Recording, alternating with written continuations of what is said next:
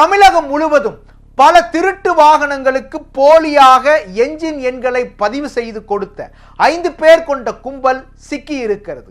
போலி ஆவணங்களை தயாரித்தவர்கள் சிக்கியது எப்படி? 4 ஆண்டுகளுக்கு முன்பு மாயமான இந்த லாரியை போலீசார் மீட்ட நிலையில் லாரியை கடத்திய கும்பலும் சிக்கியுள்ளது. போலி வாகன இன்சூரன்ஸ் போல போலி இன்ஜின் எண்கள் பொறித்த கும்பல் சிக்கியது எப்படி?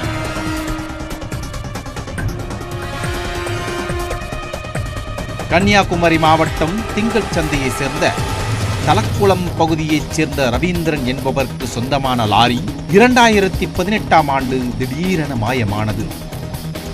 ராஜமங்கலம் அருகே தெக்குறிச்சி என்னும் பகுதியில் ஒரு ஆலையில் நிறுத்தி வைக்கப்பட்டிருந்த அந்த லாரியை மர்ம நபர்கள் கடத்திச் சென்றனர். புகாரின் பேரில் ராஜமங்கலம் போலீசார் வழக்கு பதிவு செய்து ரவீந்திரனின் உறவினர் ரவீந்திர பிரசாத் மற்றும் ஓட்டுநர் ராதாகிருஷ்ணன் ஆகியோரை கைது செய்து ஜாமீனில் விடுவித்தனர்.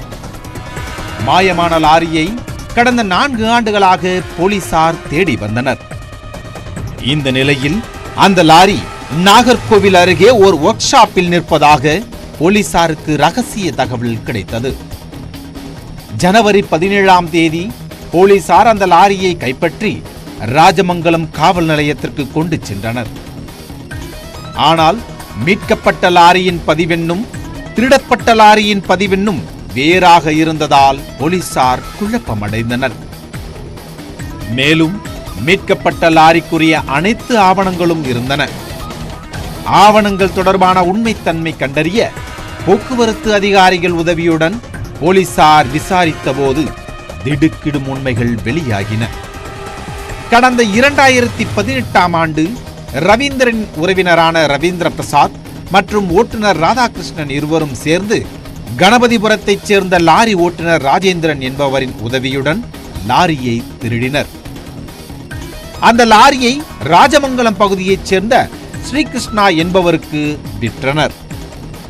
ஒர்க் ஷாப் ஊழியர்களான ராஜகோபால், கண்ணன், மணிகண்டன் ஆகியோரின் உதவியுடன் தனது பழைய லாரியின் பதிவெண்ணை திருட்டு லாரியின் சேசில் குறித்தார் ஸ்ரீகிருஷ்ணன்.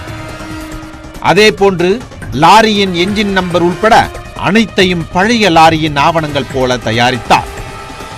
இவ்வாறு மாற்றப்பட்ட லாரி கடந்த 4 ஆண்டுகளாக நாகர்கோவில், ராஜமங்கலம் பகுதிகளில் இயங்கி வந்தது விசாரணையில் தெரிய வந்தது.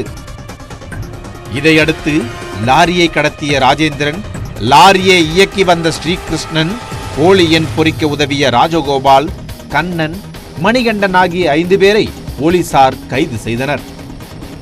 அவர்கள் பயன்படுத்திய ஒளி, என்ஜினின் நம்பர் பொறிக்க பயன்படுத்திய அச்சுக்கள் உட்பட அனைத்து பொருட்களையும் கைப்பற்றி விசாரணை மேற்கொண்டு வருகின்றனர். தொடர் விசாரணையில் இந்த கும்பல் பல திருட்டு வாகனங்களுக்கு இது போன்ற போலி பதிவெண் பொறித்து போலி ஆவணங்கள் தயாரித்து கொடுத்ததும் தெரிய வந்துள்ளது. எத்தனை வாகனங்களுக்கு இவர்கள் போலி ஆவணங்கள் தயாரித்தனர் என்பது குறித்து போலீசார் விசாரித்து வருகின்றனர்.